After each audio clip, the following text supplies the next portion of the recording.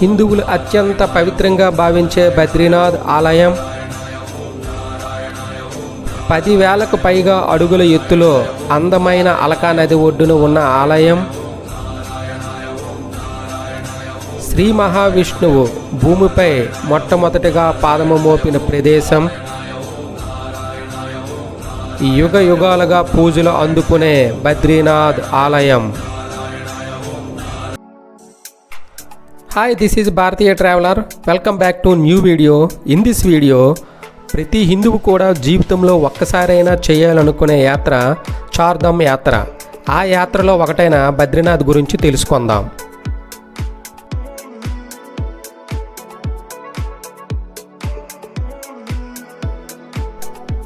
బద్రీనాథ్ హిందువుల పుణ్యక్షేత్రం. ఇది భారతదేశంలో ఉత్తరాఖండ్లోని చమోలి డిస్ట్రిక్ట్లో ఉంటుంది. చోటా చార్ధామ్లో ఇది ఒకటి.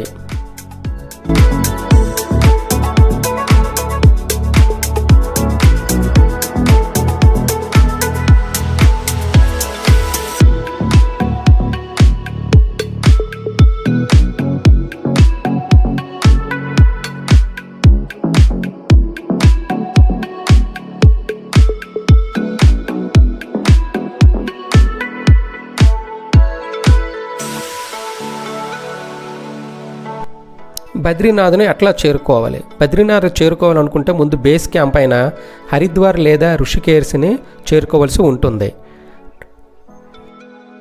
మన తెలుగు రాష్ట్రాల నుండి ట్రైన్లో వెళ్ళవలసిన వారు ముందుగా ఢిల్లీ చేరుకోవాలి.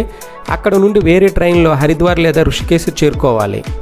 అదే ఫ్లైట్లో వెళ్ళవలసిన వాళ్ళు ముందుగా ఢిల్లీ చేరుకోవాలి. అక్కడ నుండి వేరే ఫ్లైట్లో డెహ్రాడూన్ చేరుకోవాల్సి ఉంటుంది.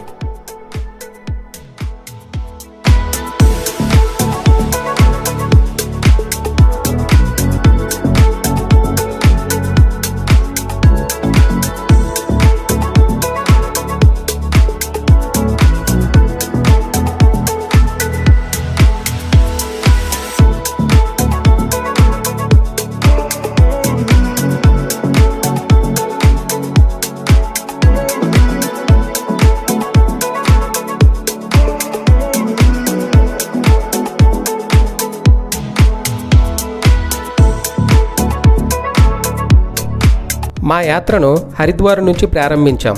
హరిద్వార్ నుంచి యమునోత్రి, గంగోత్రి, కేదార్నాథ్, బద్రీనాథ్ వెళ్లేందుకు ముందుగా ట్యాక్సీ బుక్ చేసుకున్నాం. ఈ వీడియోలో బద్రీనాథ్ జర్నీని చూద్దాం. ఈ జర్నీలో ముందుగా గుప్త కాశీలో కొండల లోయల్లో ఉన్న కాళీమాత టెంపుల్ని దర్శనం చేసుకున్నాం.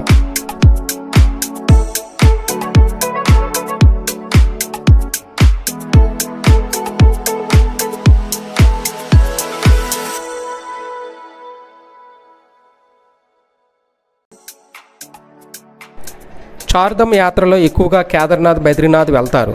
మేము ముందుగా కేదార్నాథ్ వెళ్ళి అక్కడ నుండి బద్రీనాథ్ వెళ్తున్నాము.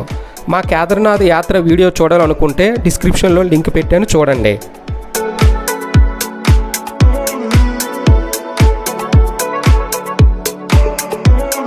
సోన్ప్రయాగ్ నుంచి బద్రీనాథ్ వెళ్ళాలనుకుంటే సోన్ప్రయాగ్, ఉకీమత్, అగస్త్యముని, రుద్రప్రయాగ్, కర్ణప్రయాగ్, గోపేశ్వర్, చమోలి, జోషిమత్, చివరిగా బద్రీనాథ్ చేరుకోవాలి. అయితే మేము ఆన్ ద వేలో ఉంటున్న చాప్తాని విజిట్ చేసి బద్రీనాథ్ వెళ్ళాలనుకుంటున్నాము. అందువలన చాప్తా విజిట్ చేయాలంటే 30 కిలోమీటర్స్ పెరుగుతుంది.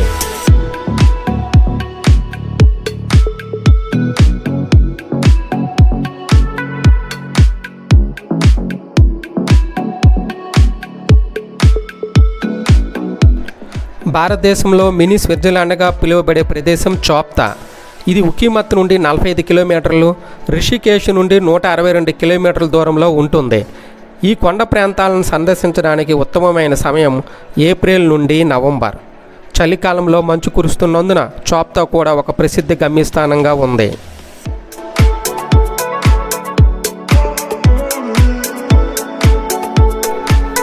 చాప్తా ఇది సముద్ర మట్టానికి 2709 మీటర్ల ఎత్తులో ఉంది. చాప్తా గ్రామం చుట్టూ పైన్, దేవదార్ మరియు రోడోడెండ్రాన్ అడవులు ఉన్నాయి. అరుదైన జాతుల పక్షులు మరియు కస్తూరి జింకలను కలిగి ఉన్న వృక్షజాలము మరియు జంతుజాలంతో సమృద్ధిగా ఉంటుంది. చాప్తా పంచకేదార్ యొక్క 3వ దేవాలయమైన తుంగనాథ్ ట్రెక్కింగ్ కోసం ఒక బేస్ క్యాంప్లా ఉంటుంది.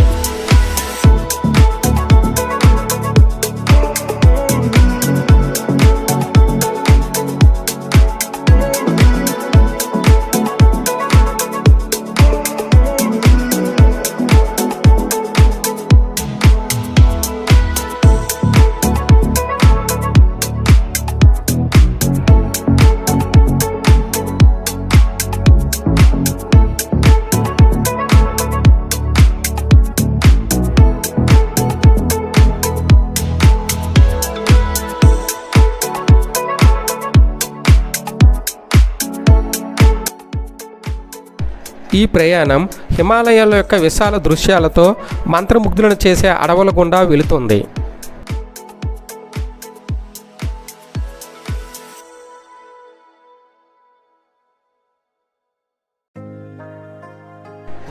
చాప్తా ప్రకృతి ప్రేమికులు మరియు ట్రెక్కింగ్ పట్ల మక్కువ ఉన్నవారు తప్పక సందర్శించవలసిన ప్రదేశం. చాప్తా మార్చి నుండి మే వరకు 10 డిగ్రీల నుండి 30 డిగ్రీల మధ్యన ఉష్ణోగ్రతతో చాలా చల్లని మరియు ఆహ్లాదకరమైన వాతావరణం కలిగి ఉంటుంది. నవంబర్ నుండి మార్చి వరకు మంచు కురుస్తుంది మరియు ఉష్ణోగ్రత కనిష్టంగా -15 డిగ్రీస్ నుండి గరిష్టంగా 15 డిగ్రీస్ మధ్య ఉంటుంది. జనవరి నాటికి ఇది 4 నుండి 7 అడుగుల మందంతో మంచు కురుస్తుంది. చలికాలంలో ఇది పూర్తిగా మంచుతో కప్పబడి ఉంటుంది. అదే సమయంలో చాప్తాకు వెళ్ళే కొన్ని మార్గాలు బ్లాక్ చేయబడతాయి. ట్రెక్కింగు, స్నోఫీల్డ్లను చూడాలనుకుంటే శీతాకాలంలో తప్పనిసరిగా ఈ ప్రదేశాన్ని సందర్శించాలి.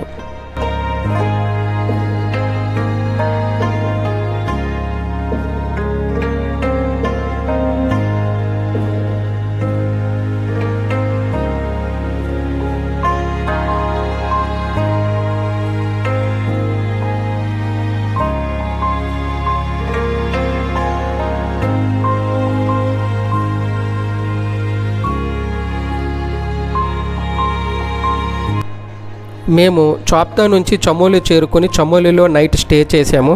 చమోలి నుంచి తెల్లవారుజామున బద్రీనాథ్కు మా యొక్క యాత్రను ప్రారంభించాము.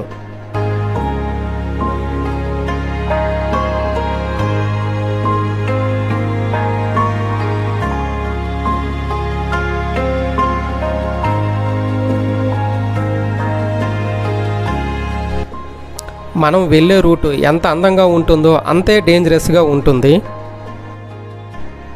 బద్రీనాథ్ చైనా టిబెట్ సరిహద్దులకు కొద్ది కిలోమీటర్ల దూరంలో ఉంది. కేదార్నాథ్కు 2 రోజుల ప్రయాణ దూరంలో ఉంటుంది. హిందువుల ప్రధాన పుణ్యక్షేత్రాలైన చార్ధామ్లలో ఇది మొదటిది.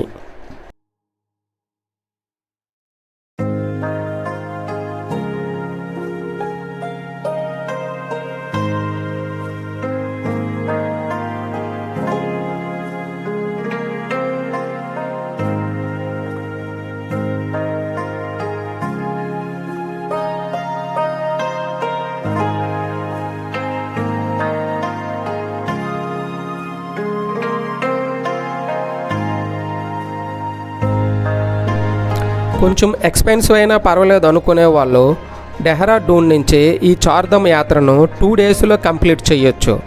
మొదటి రోజు యమునోత్రి, గంగోత్రిని విజిట్ చేయొచ్చు. నెక్స్ట్ ఆ రోజు నైటు హోటల్లో స్టే చేసి నెక్స్ట్ డే కేదార్నాథ్, బద్రీనాథ్ని విజిట్ చేయొచ్చు. Total budget per head 2 lakhs rupees అవుతుంది.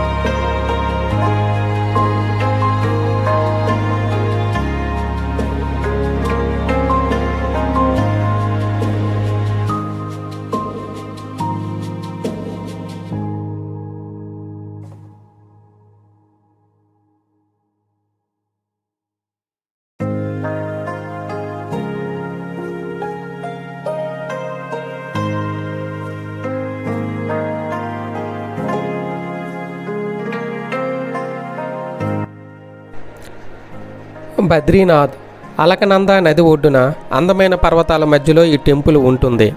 ఈ టెంపుల్ మే టు నవంబర్ మాత్రమే ఓపెన్ అయి ఉంటుంది. మిగతా టైం మంచుతో కప్పబడి ఉంటుంది. బద్రీనాథ్ ప్రాంతం హిందూ పురాణాలలో బద్రీ లేక బద్రికాశ్రమంగా వర్ణించబడింది. ముఖ్యమైన వైష్ణవ పుణ్యక్షేత్రాలలో ఒకటి. నరనారాయణులు ఆశ్రమ జీవితం గడిపిన ప్రదేశం ఇది. బద్రి అంటే రేగుపండు, నాథ్ అంటే దేవుడు.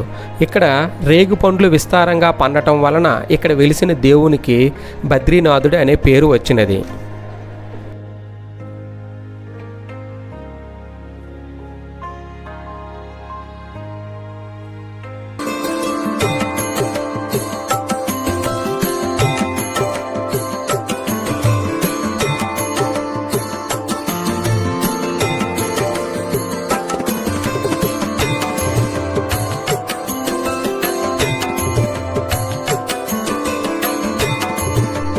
గంగానది భూలోకవాసులకు ఉద్ధరించడానికి భూమికి దిగి వచ్చే తరుణంలో శక్తివంతమైన గంగా ప్రవాహాన్ని భూమి భరించడం కష్టం కనుక 12 భాగాలుగా చీలినట్లు దానిలో అలకనంద అనేది ఒకటని పురాణాలు చెప్తున్నాయి.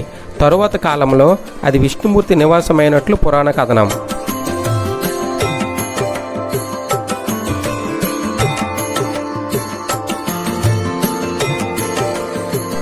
ఈ బద్రీనాథ్ స్థల పురాణం చూసినట్లయితే శ్రీ మహావిష్ణువు భూమిపైన తన మొదటి పాదాన్ని మోపిన ప్రదేశం. ఈ గుడిని 8వ శతాబ్దంలో ఆది శంకరాచార్యులు అయితే నిర్మించారు. హిందూ పురాణాల ప్రకారం మహావిష్ణువు కొన్ని వేల సంవత్సరాల పాటు ఇక్కడ కూర్చొని తపస్సు చేస్తుండగా లక్ష్మీదేవి గారు తనని చలికి ఎండకి కాపాడటం కోసం రేగు చెట్టులా మారి నీడని ఇచ్చారట. ఈ రేగు చెట్టుని సంస్కృతిలో బద్రి అంటారు. నాథ్ అంటే దేవుడు. అందుకే ఈ టెంపుల్కి బద్రీనాథ్ అని పేరు వచ్చింది. ప్రపంచవ్యాప్తంగా విష్ణుమూర్తికి 108 ఆలయాలు ఉంటాయి. వీటిలో విష్ణుమూర్తికి ఇష్టమైన ఆలయం ఈ బద్రీనాథ్ ఆలయమే. ఈ వీడియో మీకు నచ్చినట్లయితే please like, share and subscribe. Thank you for watching my videos.